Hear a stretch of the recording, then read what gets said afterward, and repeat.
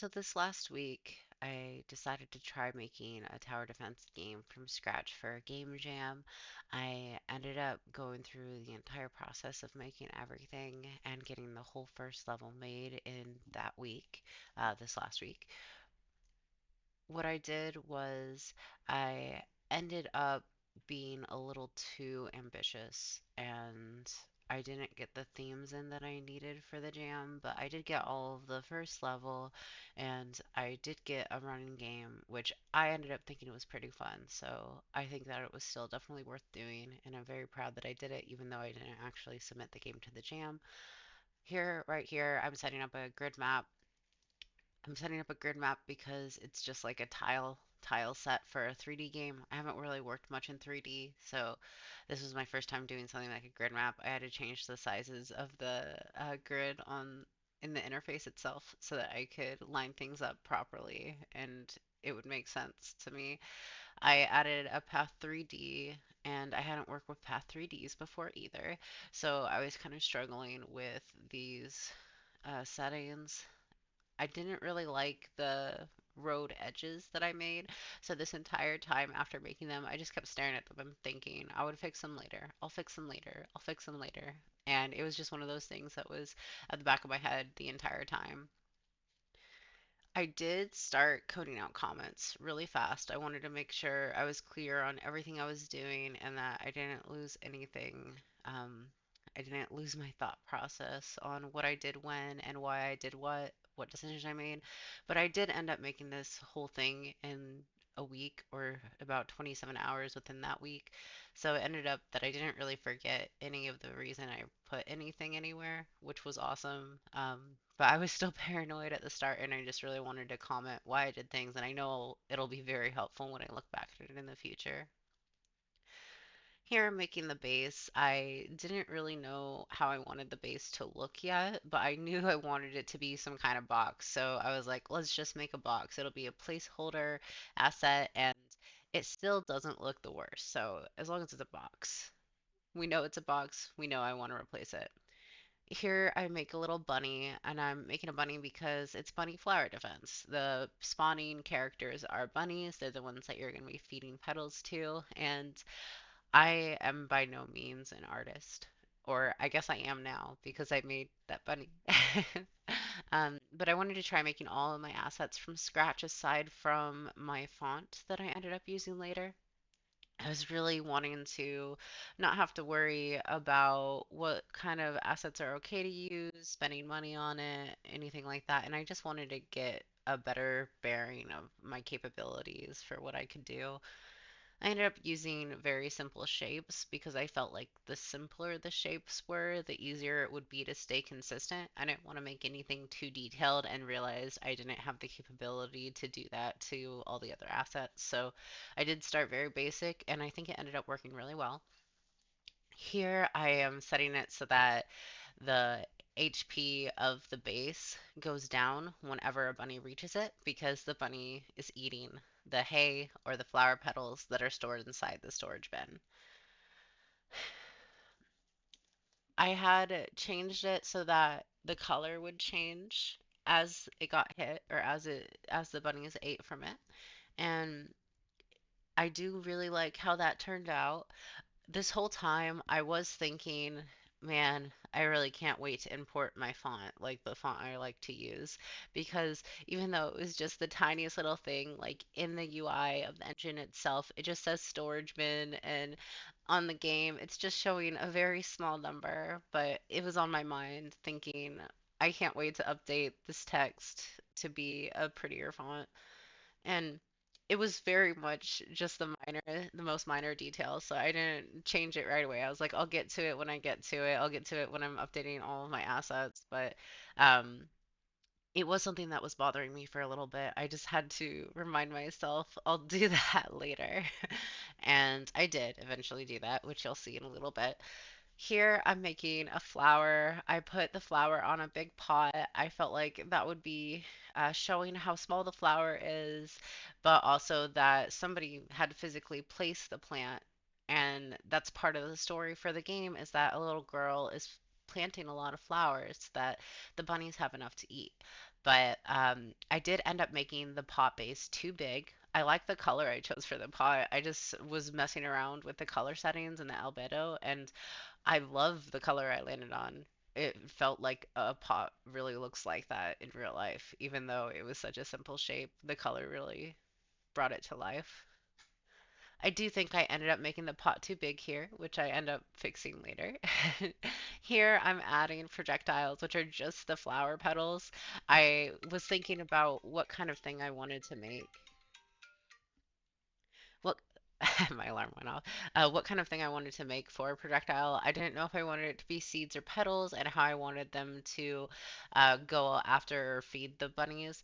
I did eventually think that maybe having the petals land on the path instead of directly touch the bunnies would be another good way to do it, but I didn't end up doing that just because I already had this coded in and figured out, and I didn't want to spend too much time working on an alteration to something that was already working and looks really good.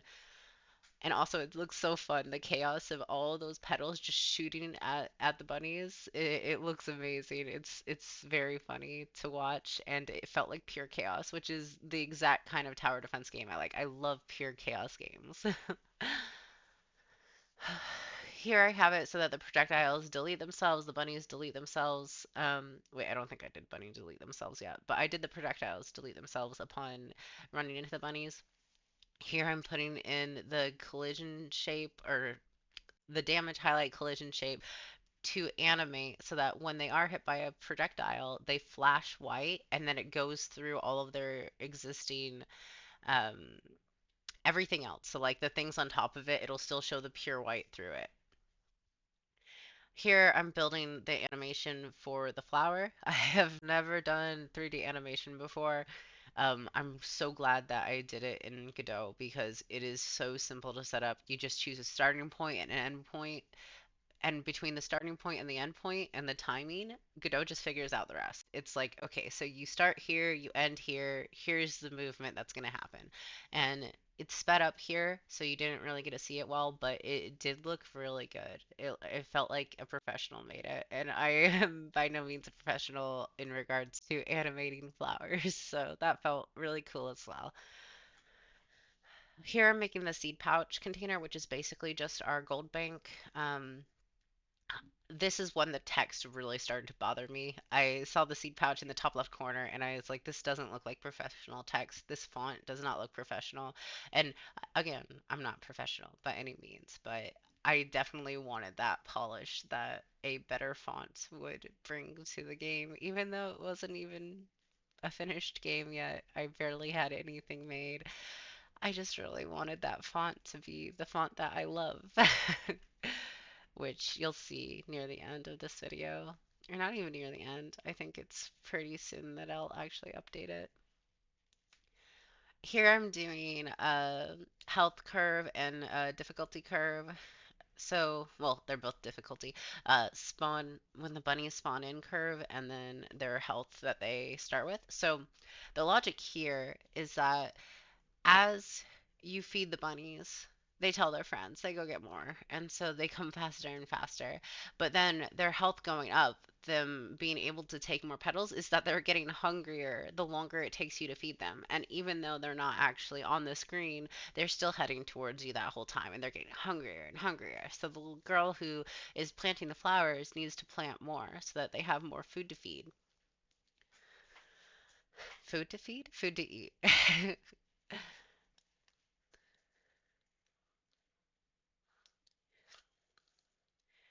Here I'm getting the victory screen made up, or I'm still work. Yeah, here's the victory screen. After I made the seed pouch, I really liked how it looked despite not having the font, and I went to do the victory screen next. The victory screen did take me a bit of time, and oh, I ended up testing the game a little bit more before putting the victory screen in. The victory screen took me a long time because I'm not used to doing aesthetic things in Godot or like visual assets again. I just haven't really messed with it. So it did take me a while to try this. I had a lot of ideas for the story for this game, so I kept focusing on the story for the victory screen, and my boyfriend told me it looked too busy. So I ended up cleaning it up a bit and making it much more simple. I thought feeding the bunnies or napping as retry and quit was adorable, but it does look busy after he mentioned it. It really looked busy to me. I'm still going through the process of what I want. I really didn't want to import assets aside from the font and any audio assets I make, or at least make it all from scratch. So I was really happy that Godot would be able to receive just basic Windows text emojis. That made me happy that it was compatible. So I used just my basic Windows bunny and hearts. Here I was making sure that the hearts were only visible if you did meet the requirements for the achievement. I felt like with the achievements in this game, since you're feeding the bunnies, I wanted you to win. Well, you can't win affection, but I wanted you to win more affection if you did well. Like they felt cared for, they are not hungry, and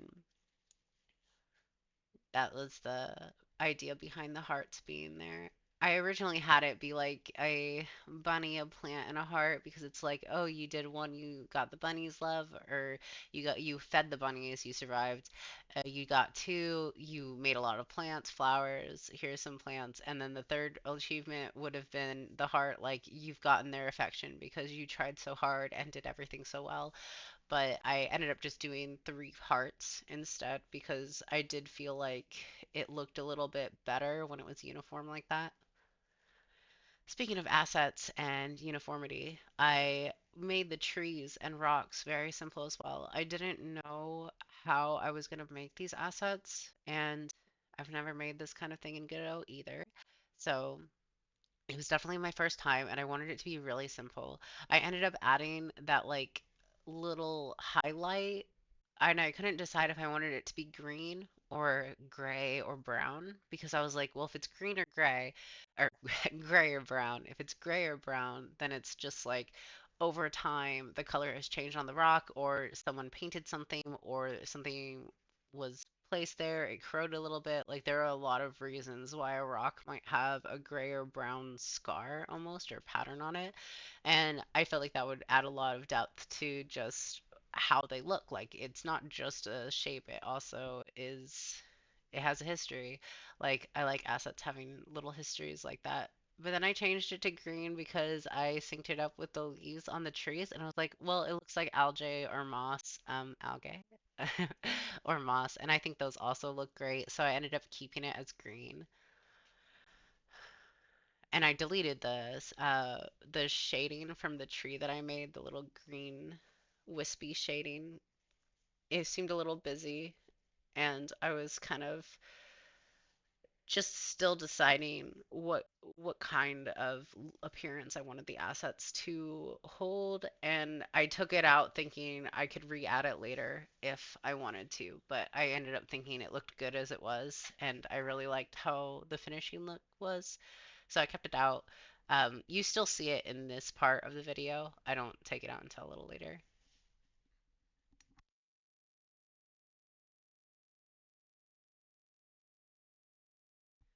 Here, I was really struggling to make a tile mesh or tile mesh grid map for the trees and the rocks. You saw me say help me please in another program. I was at my ends wits. So I did end up making them on the grid map and they do appear, so that's great, but I couldn't do it in a way that I liked. I didn't want them lined up perfectly on the grid map, and so I just made them their own individual assets and I took the grid map away from what I was doing with them.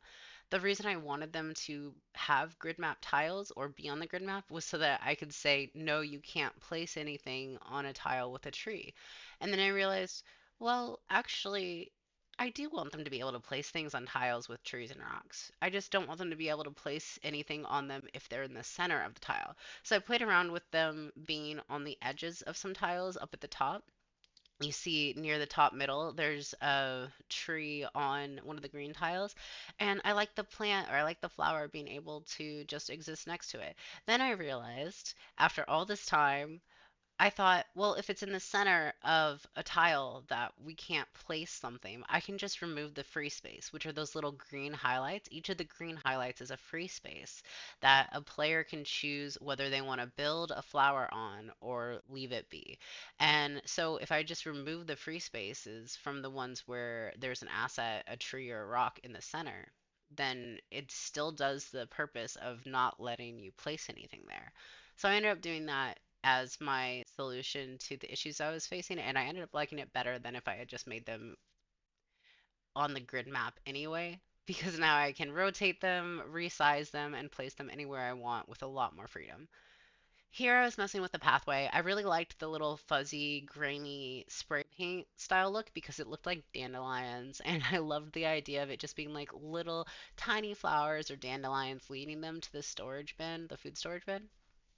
I ended up not doing it because even though it looked really good to me, I felt like what it was wouldn't be so obvious to people playing. And if it's not obvious to people playing, then like uh it could look uh, I don't know the word for it. Just out of place there. It would look out of place if they didn't realize what it was. And since it wasn't so clearly stated what it was, I felt it would be better to just have a regular path.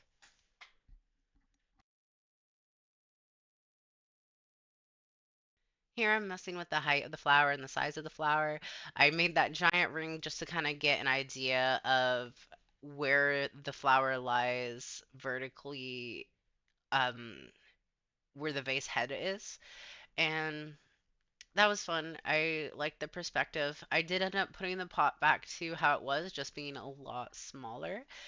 This is the storage bin. The storage bin was bothering me the entire second half of making this game. I really wanted it to be cute and pretty and like made with love, but I couldn't really think of what I wanted it to be because I still felt like a box was what I wanted the base to be because it's just a storage bin from some girl who is in over her head trying to feed all these bunnies. So of course she wouldn't have anything super fancy. So what I ended up doing is I did keep the box, but I just added those little flower petals and the broken flowers onto the box to show there's more food here for the bunnies. Here was me cleaning up the pathway a little bit. So the story here, which I don't really explain in the game, but once I get a story into the game, I can explain it more. The story with this is that the girl feeding them didn't want the bunnies to eat the flowers directly, so she set up a little fence to deter the bunnies from eating the flowers directly so that they could keep getting more petals over time. And I think it looked really great. I moved some rocks to be laying on them and pressed down on them.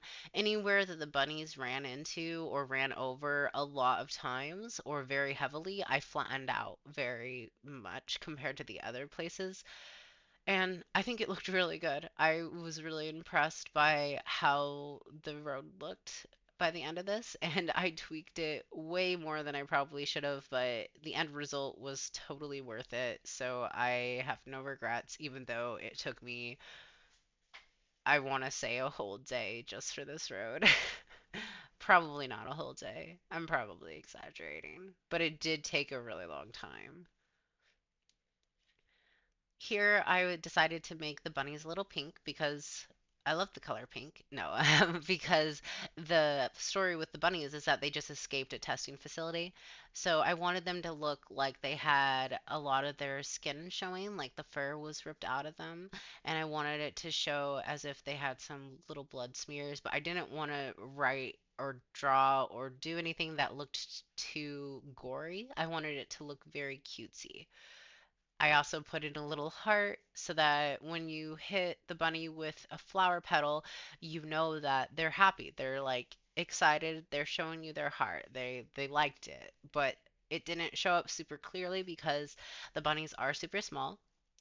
Now I could have just put a heart above them whenever they get fed, but I decided to go back to the original hitting animation, or like the white highlight animation, because it's very clear that the flower petal did hit the bunny and the bunny did get to eat it. So even though it's not as cute as a heart, I kept that in for now because I was on a time crunch. I only had a week to make this game. And I was approaching the end of that week very fast. Here, I ended up adding more bunny features. I brought the bunny back to white and I made the ears longer and thinner where the pink parts are. That is because my boyfriend said they looked like pigs. So I realized I needed to make them look more like bunnies. And they look a lot more like bunnies now. So that worked.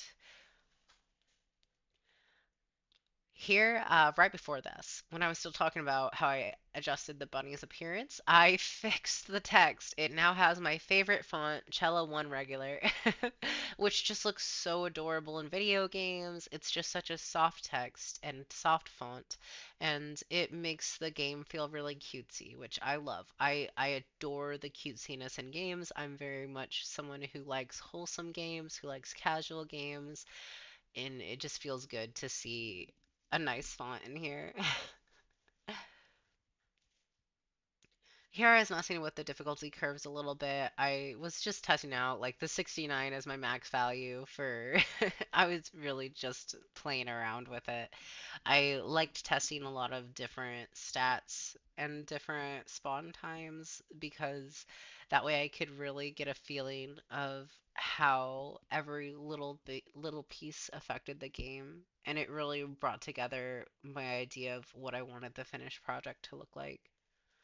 Here was me thinking, I've been testing this game a lot and it's really slow. I can always change the engine time during testing just by scaling it up within the base script itself. But I wanted an option for anyone playing my game to be able to speed up as well. So I thought, if I want players to be able to speed up if they want to, why not just put that in now? And then if I speed it up while testing, I can do that very easily within the menu of the game itself, or the interface of the game itself. So I added that finally after all this time of testing, and it was just such a lifesaver. Like, I felt so relieved that it was in there. It was just like the text, the font being updated. It was that kind of relief, even though the font was visual and the speed was very much mechanical.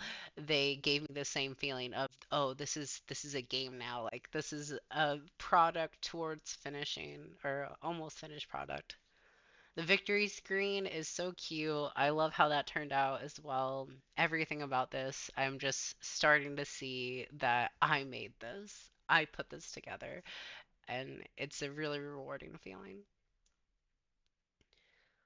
Here you see me test it out a ridiculous amount because this is the first level of the game. I am wrapping it up because I just don't have the time to fix it up any more than I have. This was for a game jam and I needed to get it out there. We had like a day left, maybe at that, out of the whole week, and I needed to make it so that people could win the game, but it wasn't too easy, and that they could also lose the game, or they could fail at getting all the hearts, all of the achievements. Here I was trying to add an exit script just so that you could close the game. I was struggling with it, so I moved on to the next thing that I needed to do, which was voice, or sound assets, audio assets.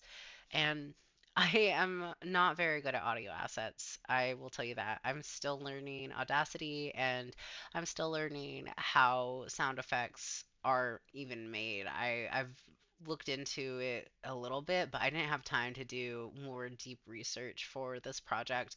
I just made sounds into a microphone, and whichever one sounded good, I would end up keeping.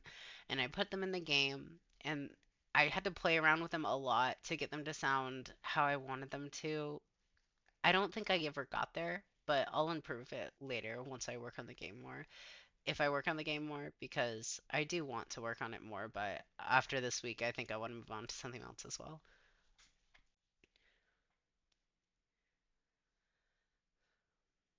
I did end up liking what I did with the sound effects. The audio is like when when the friends are spawned, when flowers are spawned, and when the flowers are eaten at the home base, those are the noises you hear. And I had it set up so that they only made the noise if the noise wasn't already playing. But then I realized it sounded a lot cooler if I just had them play it every time. So when the bunnies are coming in zero point 0.2 seconds away from each other, you hear their noise, poo poo poo poo poo, back to back, and it just feels that much more intimidating or overloaded. Like over, you feel like the bunnies are swarming you because you hear the sounds boo, boo, boo, boo, boo, back to back like that.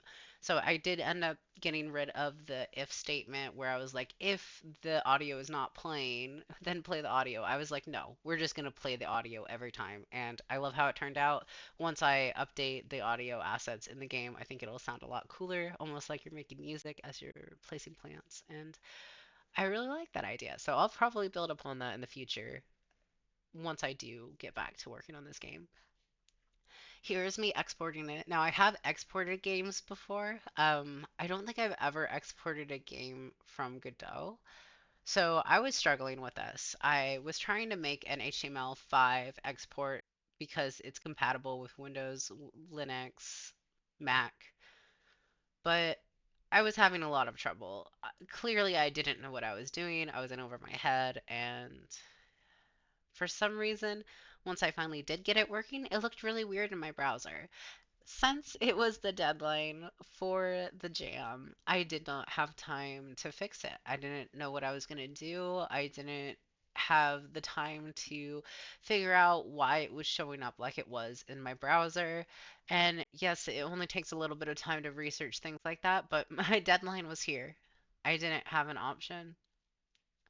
So what I ended up doing is I tweaked it a little bit more just to get my feeling for the difficulty and how the game works to be more cemented. I wanted it to be easy enough to win, but not like ridiculously easy. And I finally got it to a difficulty that I felt suited it. So I switched from trying to make an HTML5 and I went to trying to make Windows, Linux, and Mac. I ended up making the windows, and the windows worked amazingly. I was so happy with the Windows export, and it makes sense because I'm on a Windows platform, like my OS, my operating system, it's Windows. So it makes sense that Windows would be exported easiest and the easiest to test if it works. With the other two, the Mac, I just couldn't figure out how to get it to work, and with the Linux, I didn't know how to test it fast enough, so I just threw it out on Windows and I gave up on the jam because you had to release for Windows, Mac, and Linux for the jam. But I finished my game. I finished my little 1 to 3 minute game, and I'm very proud of how it turned out. So I'm very happy I did it, even though I didn't submit my game to the jam. Thanks for watching.